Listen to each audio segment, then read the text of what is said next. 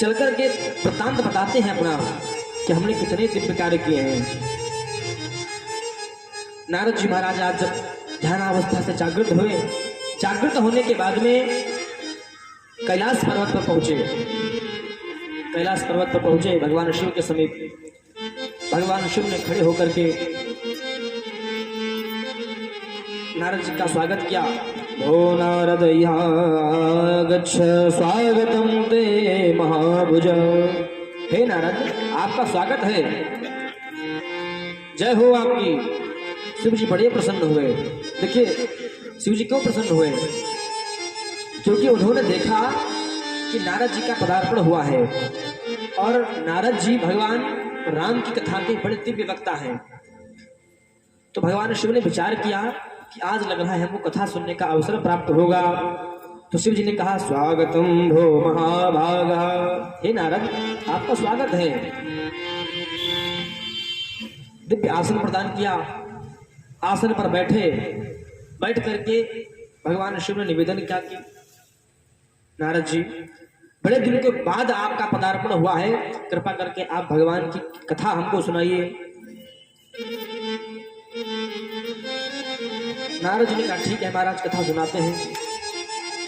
तब नारद गवने शिव पाही, जिता काम हमिति मन माही। लेकिन उनके मन में तो अहंकार भरा हुआ था कि हमने काम को जीत लिया है, हमने क्रोध को जीत लिया, हमने लोभ को जीत लिया है। नारद जी बड़े प्रफुल्लित अवस्था में बैठे। जैसे ही बैठे तो बैठ करके नारद जी ने आज क्या किया, आज राम कथा की बजाय मार कथा सुनानी प्रारंभ कर दी।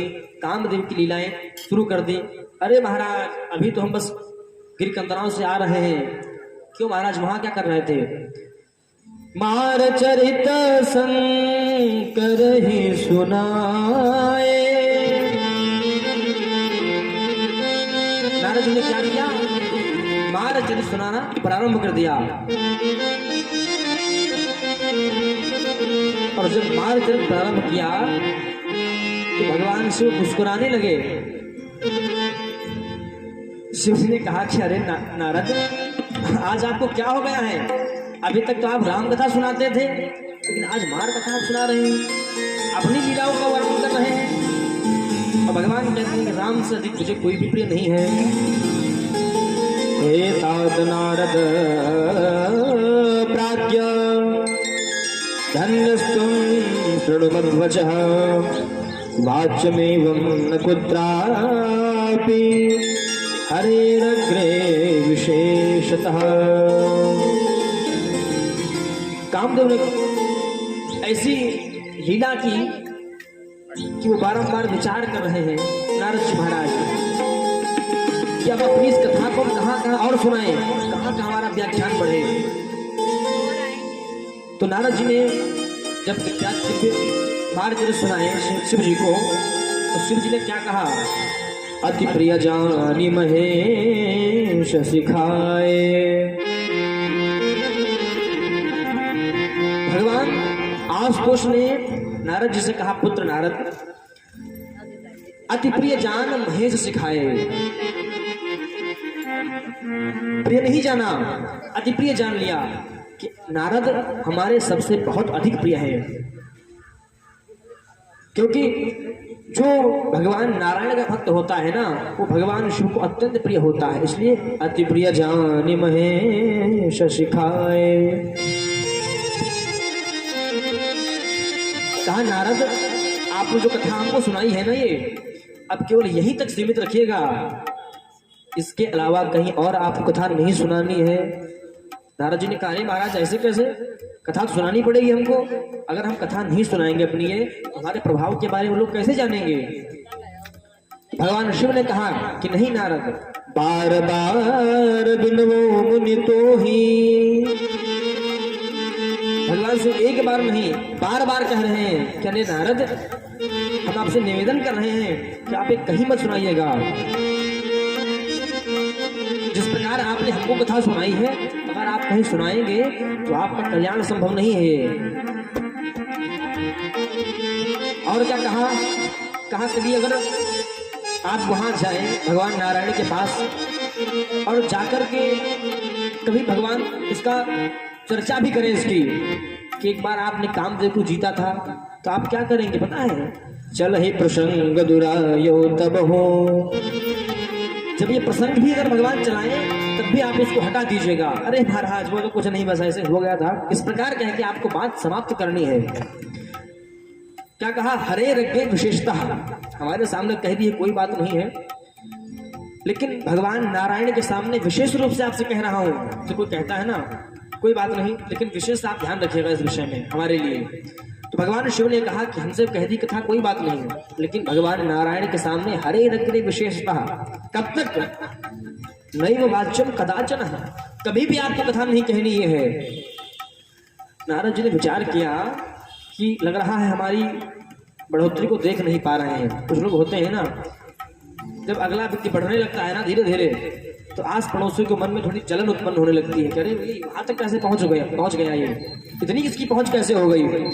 तो नारद जी ने विचार किया कि लग रहा है भगवान शिव को हमारी प्रशंसा ये अच्छी नहीं लगी, हमसे लग रहा है ये थोड़ा द्वेष कर रहे हैं।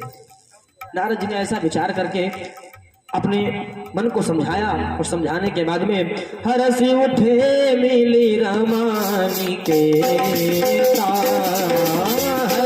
उठे मिली रमानी के हरस उठे मिली रमानी के बैठे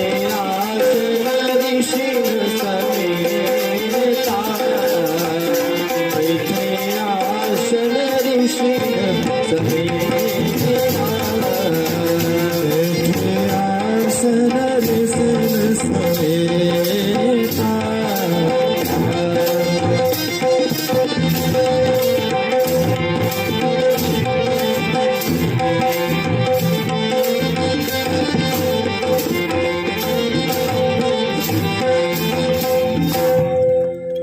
नारद जी महाराज अपनी भक्ति का अपनी शक्ति का गुणगान करने के लिए क्षीर सिंधु में पहुंचे।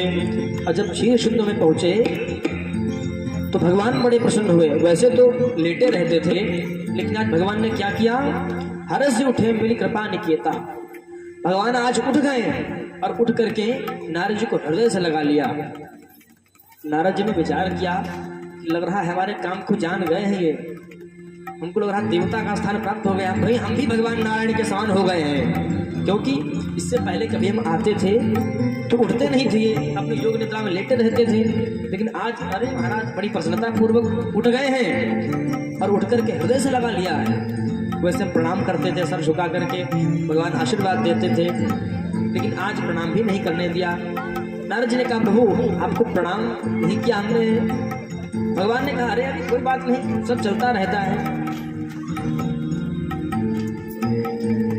नारद जी के मन में बड़ी प्रसन्नता हुई, वाह भगवान नारायण जो है अब लग रहा है हमको अपने समकक्ष मानने लग गए हैं, क्योंकि हमने काम को जीत लिया है। और क्या किया? बैठे आसन ऋषि समेता। भगवान नारायण ने नारद जी के कंधे पे हाथ रखा ऐसे और अपनी शेष की सैया पर बिठा लिया। कहा नारद बैठिए आप। नारद जी को सिरहाने बिठाया और भगवान चरणों की तरफ बैठ गए।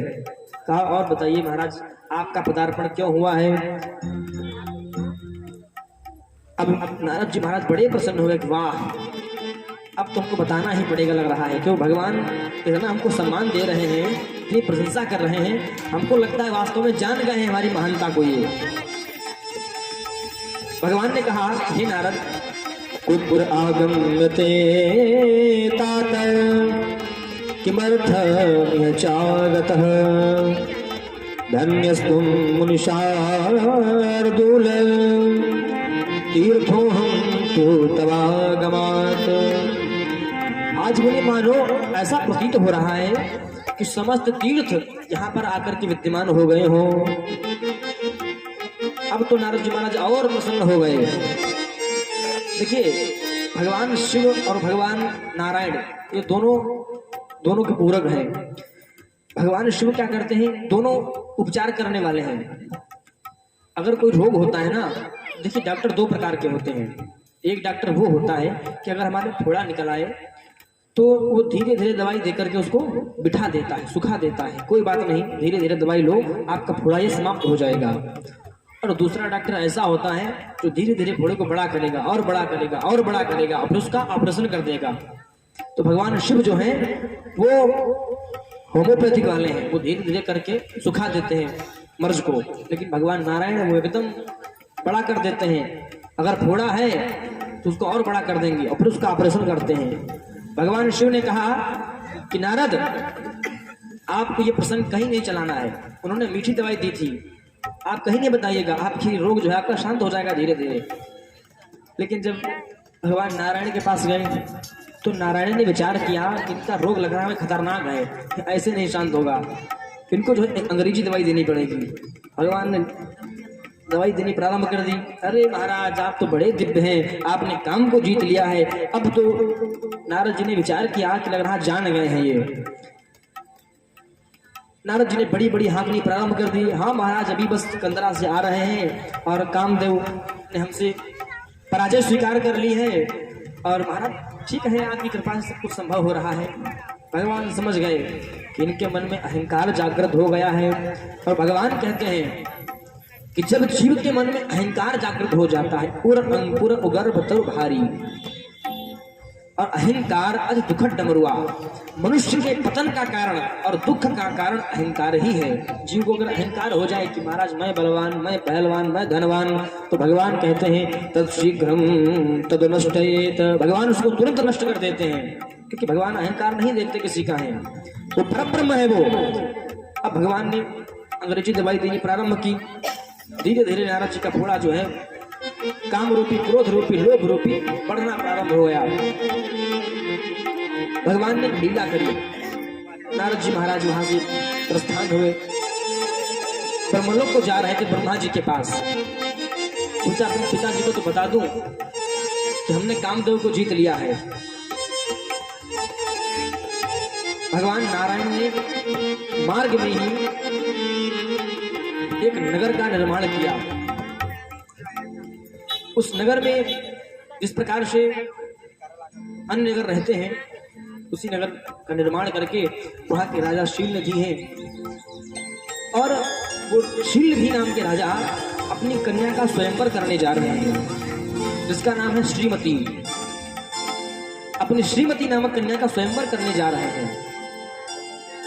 तो नारद जी ने देखा कि अरे वाह, ये तो बड़ा दिव्य राज्य लग रहा है, चलिए हम भी जरा इसको दर्शन करते हैं, इसका अवलोकन करते हैं। नारद जी महाराज उस राज्य में गए, जाकर के राजा के समक्ष पहुंचे। राजा ने नारद जी को प्रणाम किया। प्रणाम करने के बाद में कहा कि स्वागतम भो महाभाग नारदायं संवत्सरा। हे ऋषि, हे महात्मन, आपका स्वागत है, बड़ी कृपा कि आप यहाँ पधारे हैं। महाराज हमारी पुत्री का स्वयंवर होने जा रहा है, कृपा करके हमारी पुत्री का जरा हस्तरेखा देखिए कृपा करके कि उसके भाग्य में कैसा वर है, कैसा कुल है, कैसा पति उसको प्राप्त होगा। नारद जी ने विचार किया कि ठीक है। नारद जी महाराज पहुंचे। सुतेयं तव भूपाल सर्वलक्षण लक्षिता महाभाग्यवती धन्या लक्ष्मी जीव गुणालय। नारद जी ने कहा अरे महाराज अपनी पुत्री को बुलाइए, कहाँ है वो? सिंह जी ने अपनी पुत्री को बुलाया। श्रीमती जी धीरे धीरे हिलोरा लेकर के मंद मंद मुस्कान करते हुए नारद जी के समक्ष जैसे ही पहुंची तो नारद जी ने जैसे ही उनके रूप को देखा तो रूप को देखते ही मोहित हो गए नारद जी। अरे ये तो बड़ी सुंदर कन्या है, इसका विवाह कराने जा रहे हैं ये, ठीक है। अब तो नारद जी के मन में विवाह की अभिलाषा जागृत होने लग गई। नारद जी ने विचार किया कि अगर इस कन्या का विवाह हमारे साथ संपन्न हो जाए तो कैसा रहेगा, आनंद आ जाएगा। ठीक है, हाथ दिखाइए। नारद जी ने उस कन्या का हाथ देखा और देख करके उनके गुण और दोष का वर्णन प्रारंभ कर दिया। कहा महाराज आपकी कन्या जो है ये गुणों की भंडार है, गुणों की खान है, इसके पास अवगुण कोई नहीं है। अच्छा महाराज कैसी है ये? लक्ष्मी दिव्य गुणालय। महाराज आपकी कन्या जो है लक्ष्मी स्वरूपा है, गुणालय, गुणों का भंडार है ये। अच्छा और महाराज क्या विशेषता है? तो नारद जी ने कहा जो यही बरही अमर सोई होई। पहली विशेषता ये है कि जो इसका वर्ण करेगा, जो उसको पति मिलेगा वो अमर हो जाएगा, उसको कोई मार नहीं पाएगा। दूसरा समर भूमि ते जीती न कोई, समर भूमि उसको कोई जीत नहीं पाएगा। श्रीमती आपकी कन्या जो है जिससे विवाह करेगी वो अमर हो जाएगा और उससे कोई युद्ध में जीत नहीं पाएगा। अरे वाह! और महाराज क्या है? कहा से वही सकल चराचर ताही, उसकी सब जितने भी जीव मात्र हैं सब उसकी सेवा करेंगे। और महाराज परमशील निधि कन्या जाही, महाराज जिसको ये कन्या वर्ण करेगी उसमें ऐसे गुण उत्पन्न हो जाएंगे, उसको कोई जीत नहीं पाएगा, वो अमर हो जाएगा, उसकी सब जितने भी जीव हैं सब उसकी सेवा करने लग जाएंगे। अब जितना उसके भाग्य में लिखा था नारद जी ने पूरा उल्टा कर दिया। भाग्य में ये था कि जिससे विवाह होगा वो अमर होगा, वो रण विजयी होगा, उसकी सब चराचर सेवा करेंगे। लेकिन नारद जी ने पूरा उल्टा कर दिया कि जानते थे हमारी कौन पूजा करेगा, कौन हमको अमरता का वरदान प्राप्त है, कौन हमारी बात मानेगा। और लड़ना भिड़ना तो हम जानते ही नहीं महाराज हैं, इसलिए उल्टा पूरा कर दिया कि जो इसका वर्ण करेगा वो अमर हो जाएगा। ठीक है, यथोचित उनको आशीर्वाद दिया। नारद जी ने दक्षिणा ली और दक्षिणा लेकर के वहां से प्रस्थान कर गए। अब उनके मन में एक अभिलाषा जागृत हो रही है कि किस प्रकार हमारा विवाह इस कन्या से संपन्न हो। उनके मन में काम भावना जागृत होने लगी। नारद जी ने विचार किया कि जब तक मैं इससे विवाह नहीं संपन्न कर लूंगा तब तक हमारे मन को शांति नहीं प्राप्त होगी। नारद जी महाराज पहुंचे क्षीर सिंधु में भगवान नारायण के पास।